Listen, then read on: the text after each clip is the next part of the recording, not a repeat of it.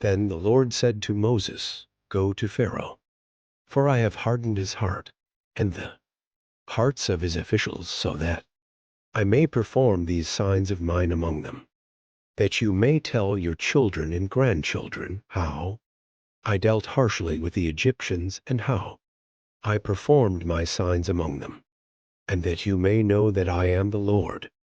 So Moses and Aaron went to Pharaoh and said to him, "This is what the Lord, the God of the Hebrews, says, how long will you refuse to humble yourself before me? Let my people go, so that they may worship me. If you refuse to let them go, I will bring locusts into your country tomorrow. They will cover the face of the ground so that it cannot be seen. They will devour what little you have left after the hail, including every tree that is growing in your fields. They will fill your houses and those of all your officials and all the Egyptians, something neither your parents nor your ancestors have ever seen from the day they settled in this land till now." Then Moses turned and left Pharaoh. Pharaoh's officials said to him, "How long will this man be a snare to us? Let the people go, so that they may worship the Lord, their God. Do you not yet realize that Egypt is ruined?" Then Moses and Aaron were brought back to Pharaoh. "Go, worship the Lord your God," he said. "But tell me who will be going." Moses answered, "We will go with our young and our old, with our sons and our daughters, and with our flocks and herds, because we are to celebrate a festival to the Lord." Pharaoh said, "The Lord be with you if I let you go, along with your women and children. Clearly, you are bent on evil. No, have only the men go and worship the Lord, since that's what you have been asking for." Then Moses and Aaron were driven out of Pharaoh's presence. And the Lord said to Moses, "Stretch out your hand over Egypt, so that locusts swarm over the land, and devour everything growing in the fields, everything left by the hail." So Moses stretched out his staff over Egypt, and the Lord made an east wind blow across the land all that day and all that night. By morning the wind had brought the locusts. They invaded all Egypt and settled down in every area of the country in great numbers.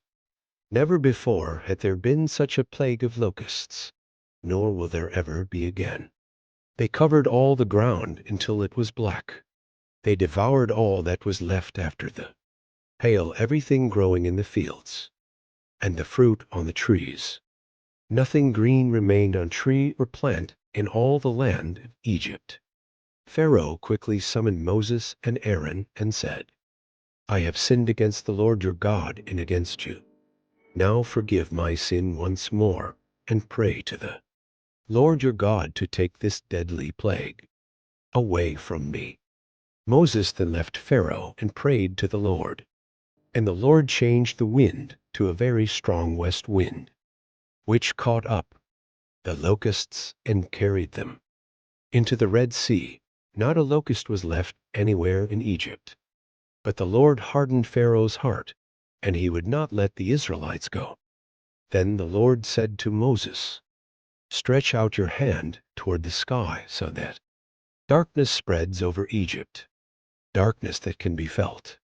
So Moses stretched out his hand toward the sky, and total darkness covered all Egypt for 3 days. No one could see anyone else or move about for 3 days. Yet all the Israelites had light in the places where they lived. Then Pharaoh summoned Moses and said, "Go, worship the Lord. Even your women and children may go with you. Only leave your flocks and herds behind." But Moses said, "You must allow us to have sacrifices and burnt offerings to present to the Lord our God. Our livestock too must go with us. Not a hoof is to be left behind. We have to use some of them in worshiping the Lord our God. And until we get there, we will not know what we are to use to worship the Lord." But the Lord hardened Pharaoh's heart, and he was not willing to let them go. Pharaoh said to Moses, "Get out of my sight. Make sure you do not appear before me again. The day you see my face you will die." "Just as you say," Moses replied. "I will never appear before you again."